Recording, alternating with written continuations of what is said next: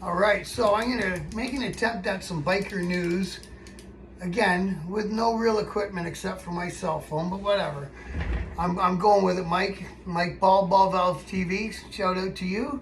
You're the man who's inspired me. I can't believe how inspirational you are, brother. So, anyways, I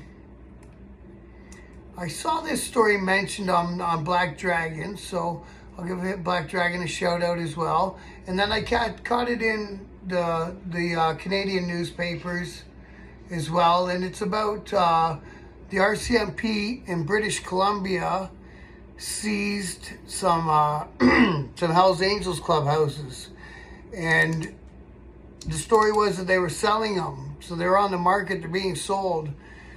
And it was like, wow. And I saw the guys in the States where they were like, wow, I can't believe. So the forfeiture and seizure laws in Canada are horrible.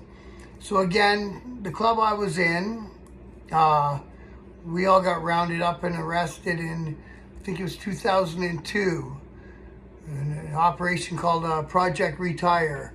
So I was involved in that one. That was the one that kind of put the kibosh on me being in the club. Unfortunately, I had to retire.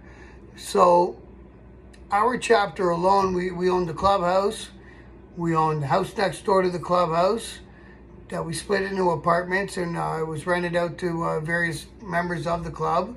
And then another member from the club, an old timer who didn't even live in London anymore. Unfortunately, he's passed, so God love you, brother. They took his house too, so they took 3 houses in a row, just in our city alone, and they took 1, 2, what's the Windsor? And they took 3 other clubhouses, and the one in London, I had paid for that clubhouse. There was no mortgage left on it. The house next door that the chapter owned, I had us down to within thousands of dollars of owning that house. They took them all.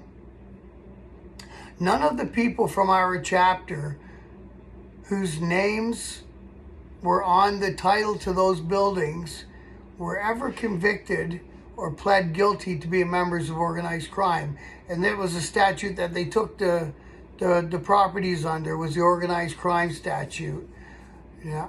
So they took them. One of our old time members, he tried with varying degrees of his success. He won on paper, I believe, but there was never, the money for a couple properties in the middle of our city. I don't think that was ever returned to him.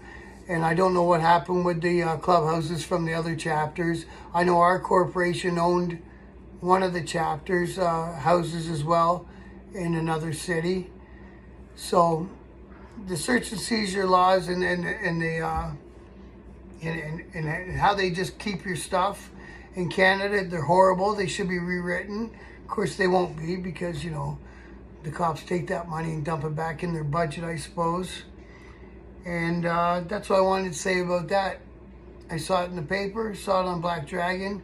Thought I'd mention it myself because I've lived through a similar experience. Okay, that's it for now. Thanks again, and respect.